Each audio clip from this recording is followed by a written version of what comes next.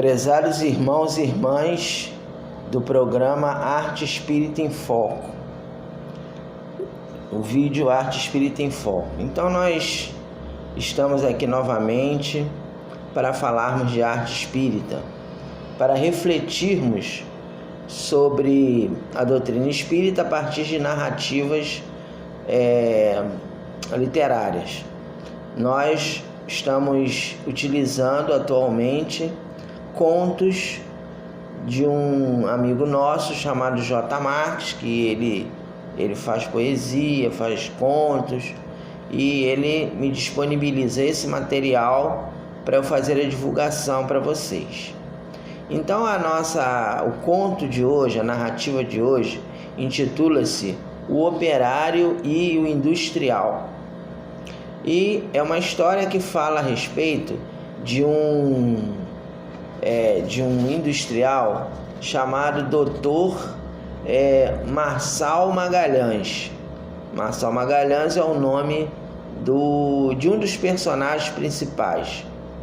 E ele era um empresário, dono de uma empresa, de uma indústria chamada Indústria Metalúrgica Magalhães. Era o nome da empresa desse nosso amigo.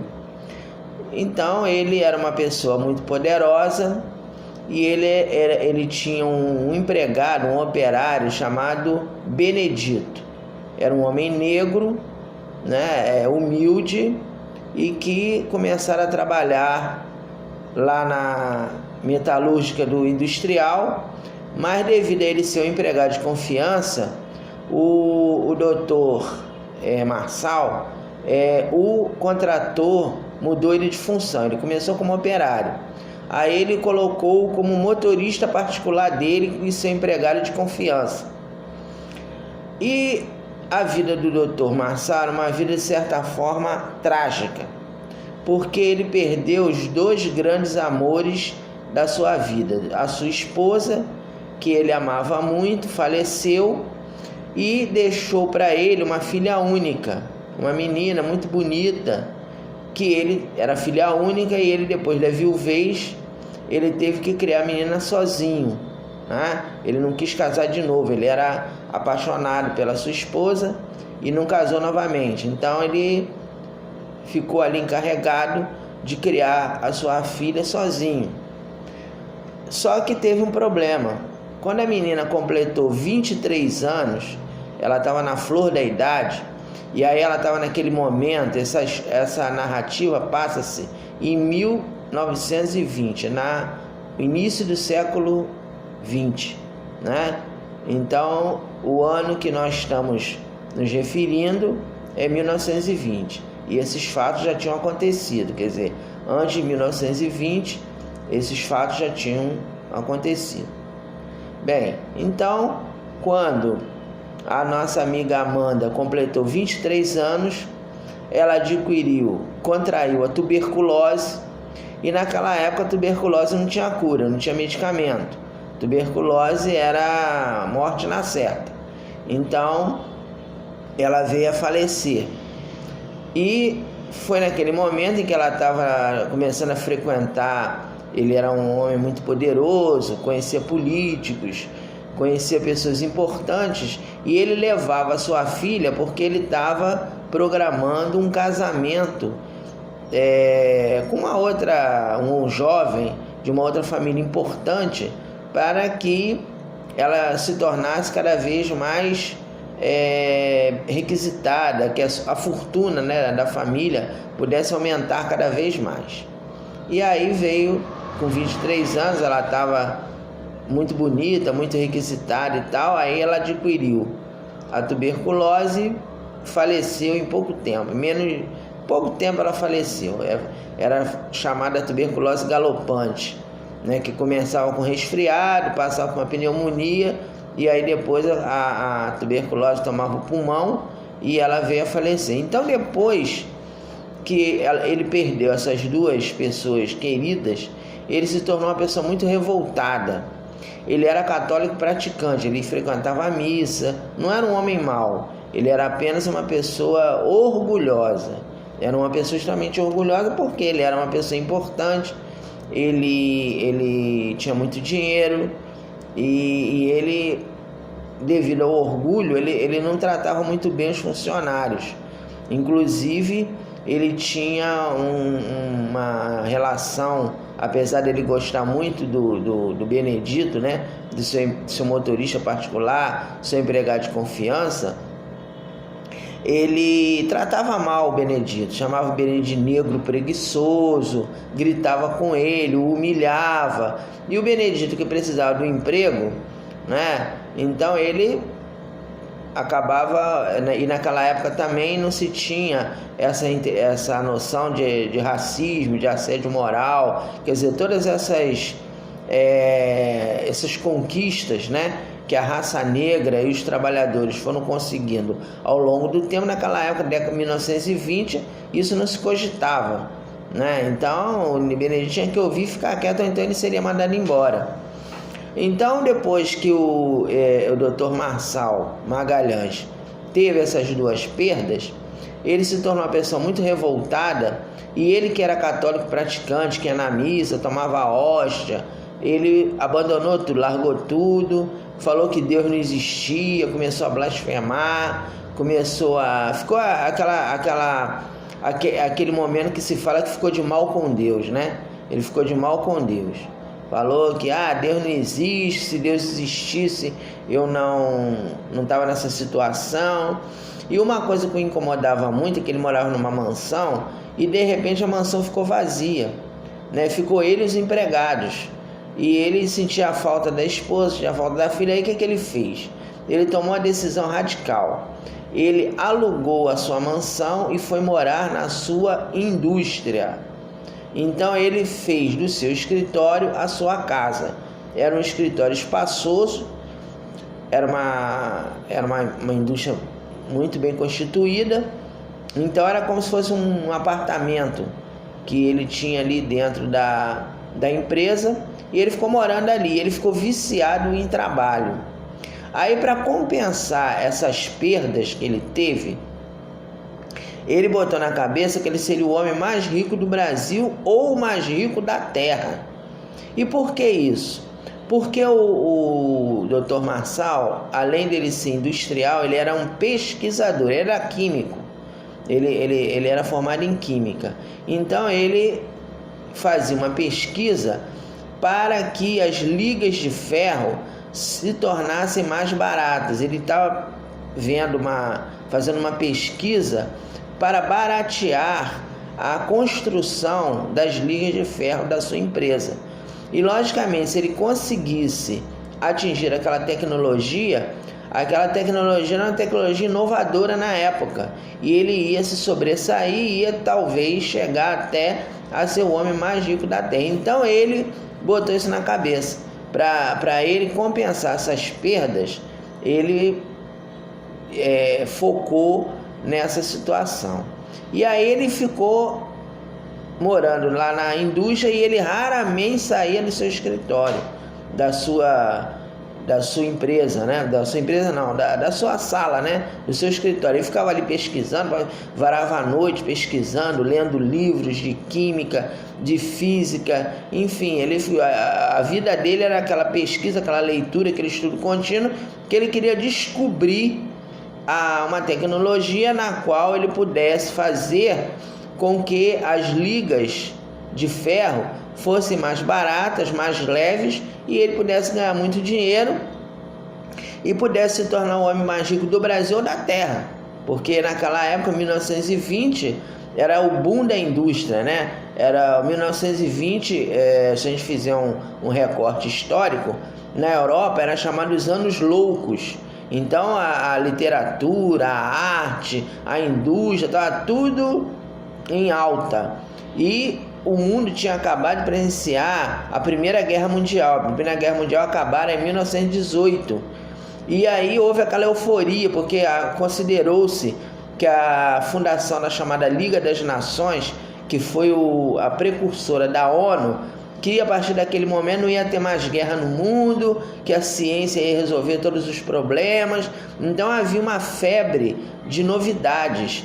E aí o jovem desse período, inclusive, é chamado de geração perdida, porque eles viviam para os prazeres, né? Tinha aquelas pessoas que trabalhavam e tinham aqueles que viviam só para festas, para prazeres e tal. Inclusive tem um autor, estou fazendo aqui algumas reflexões falando, né, para a gente ampliar nossa narrativa.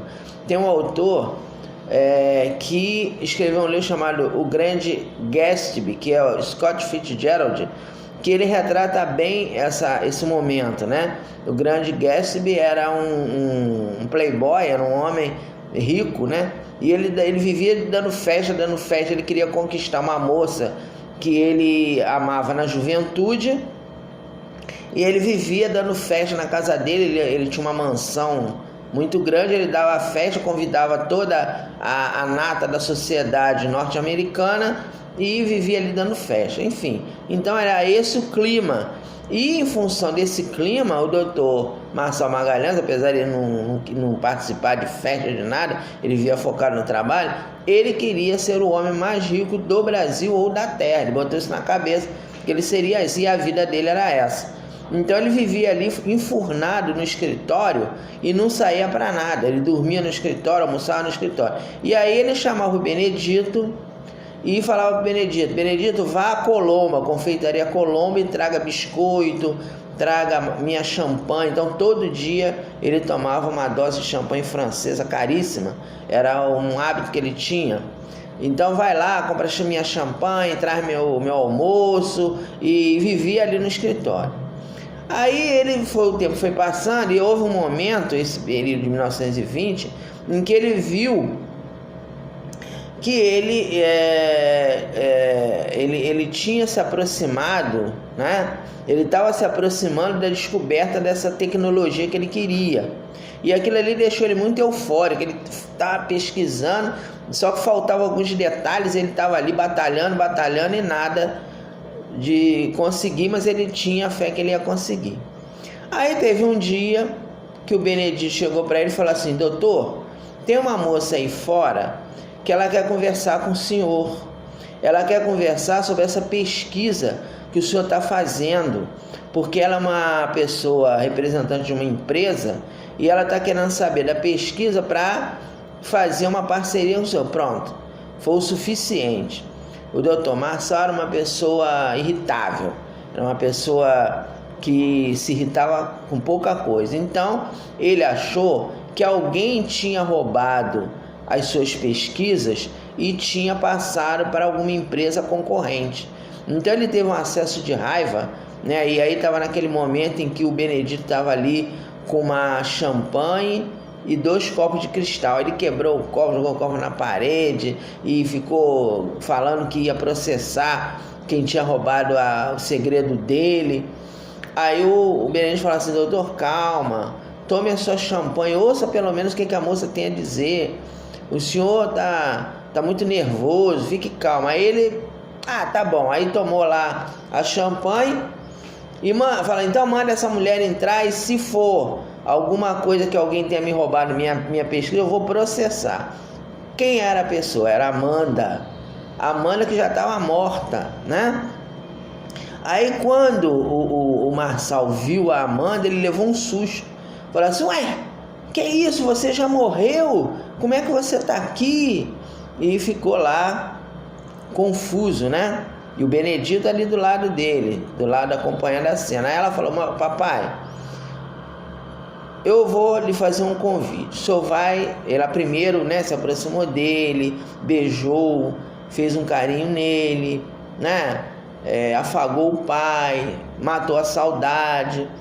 Mas ele estava surpreso que na cabeça dele a Amanda estava morta, né? E a Amanda era um espírito, né, que se apresentou para ajudá-lo.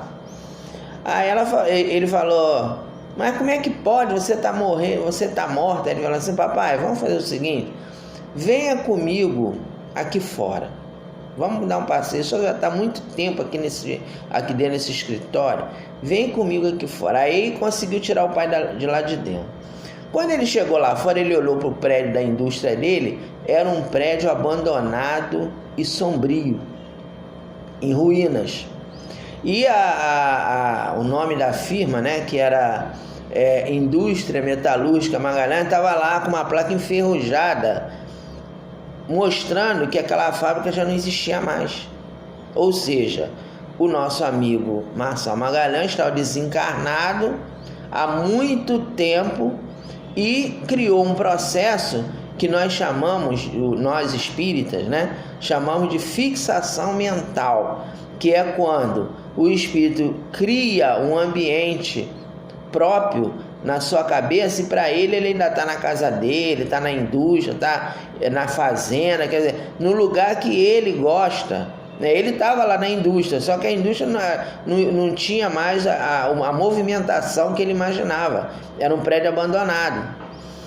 Aí ele fica, mas como é que pode? Como é que a minha indústria está assim? Ela, calma papai, vamos caminhar, vamos ali na rua. Aí quando ele passou do portão, foi para a rua, né? E aí não precisou nem abrir o portão, porque ele era um espírito, né? Ele, não vai abrir o portão?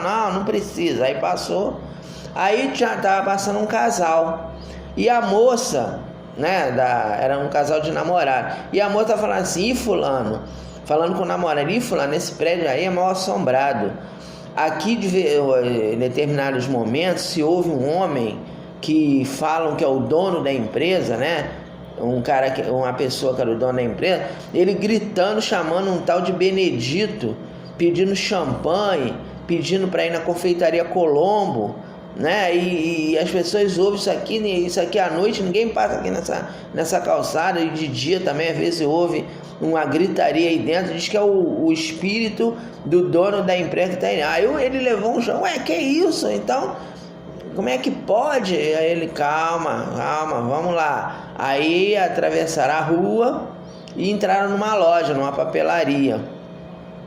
E ele achando também as roupas das pessoas estranhas, né? A pessoa com calça jeans, porque na década de 20 todo mundo andava, né, na estica, né? Ainda mais a pessoa rica, né? Então todo mundo andava de terno, de chapéu, de bengala, de fraque, e todo mundo com a vontade, camiseta, chinela. Eu, que isso? Que lugar é esse? Isso aqui eu tô me estranhando. Não, papai, calma. Aí ela entrou, e o Benedito sempre do lado dele, né?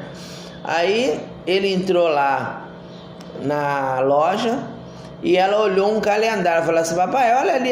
Não, primeiro ela perguntou para ele, em que ano nós estamos, papai? Ele, 1920, né? Aí ela falou, tá bom, olha ali o calendário. No calendário estava escrito 1980, ou seja, o nosso irmão Marçal Magalhães tinha desencarnado em 1920 e durante 60 anos ficou preso àquele contexto da sua indústria, pesquisando algo que ele não conseguiu descobrir, e que mesmo que descobrisse não iria mais ter motivação nenhuma, que ele já estava desencarnado, né? E aí ele levou um choque, ele ficou tão coisa que ele desmaiou. Ele levou aquele choque assim e desmaiou. Aí o Benedito pegou ele nos braços e a Amanda falou assim, Benedito, leve ele para o pronto-socorro espiritual, que o papai agora vai precisar de tratamento. Aí o Benedito pegou, levou ele para um pronto-socorro espiritual, e ele ficou durante 44 anos fazendo um trabalho de preparação para reencarnar novamente.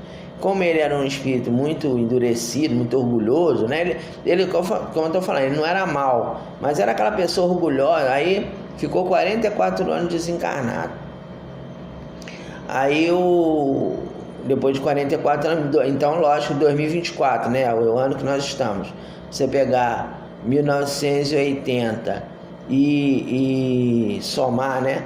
44 dá 2024. Então ele estava na nossa época, e aí depois desse período ele reencarnou como filho de uma pessoa chamada Sebastião.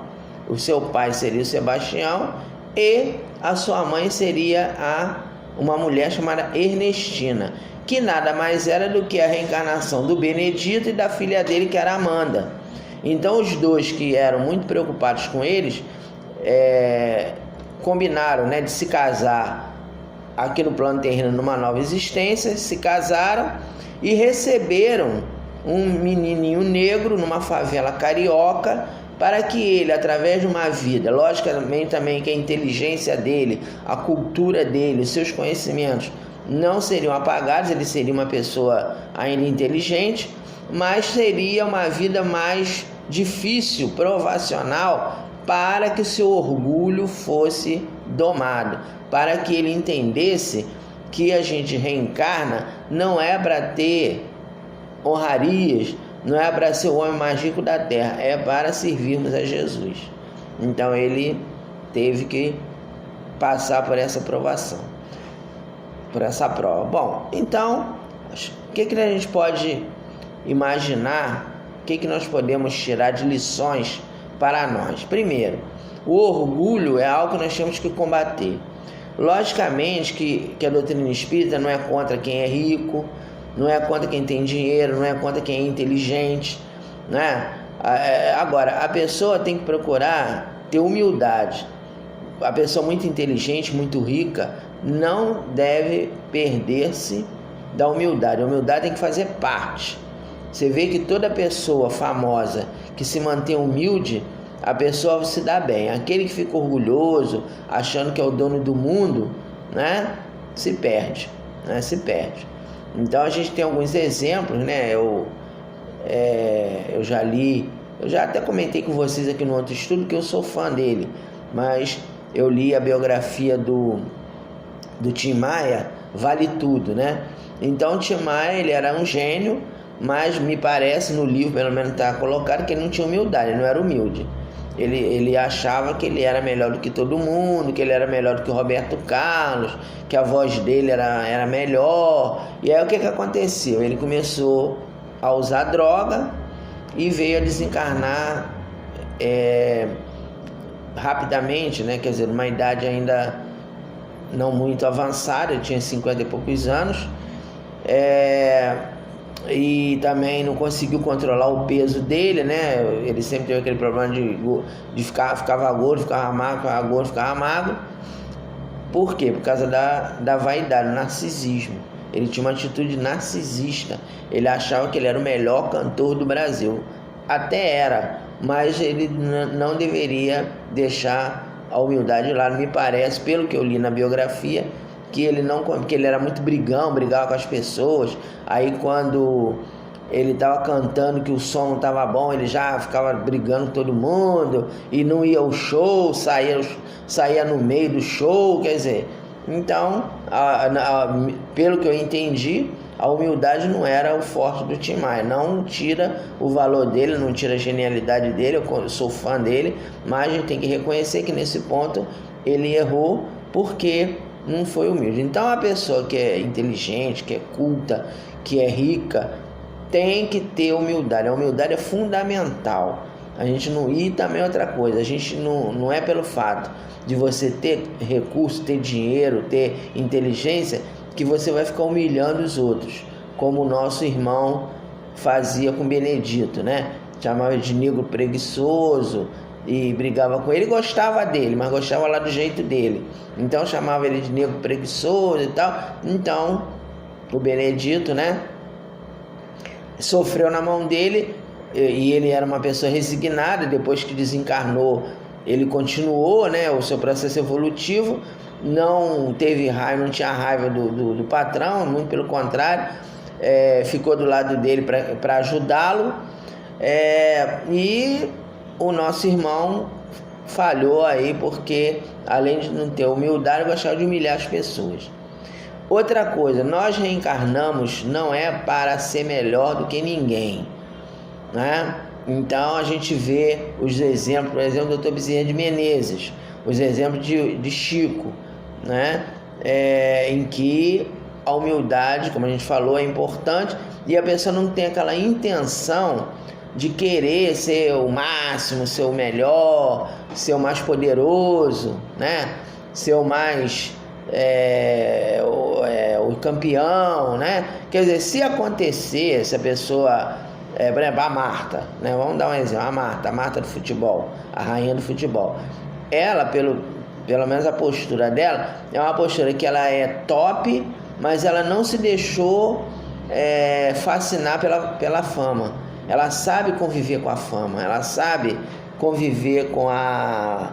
Bom, pelo menos é isso que ela denota nas entrevistas, né? Só se ela... às vezes a pessoa, quando está dando entrevista, é uma coisa, na vida pessoal é outra, mas pelo que ela passa, ela me parece aquela pessoa que sabe conviver com a fama, que sabe que é famosa, mas não tem que ficar achando que é a dona do mundo, é a rainha da cocada preta, que ela sempre vai ser top, vai sempre estar no primeiro lugar. Quer dizer, todo artista, todo jogador de futebol, toda pessoa famosa tem o seu tempo, né? Então a fama tem o seu tempo, a fama tem o seu período. Então a pessoa às vezes tem aquele período que está famosa, depois a fama passa e a pessoa tem que saber conviver com a perda da fama, com o envelhecimento, com a perda das forças físicas. E também a gente tem que entender que a humildade é a mãe de todas as virtudes. Isso que a gente fala é Emmanuel, né? E que às vezes aquelas pessoas que a gente pensa que são desprezíveis, né? Como é o caso do Benedito. Benedito era um operário, era negro, era pobre. Aí o Marçal devia falar assim: coitado, você é um ignorante.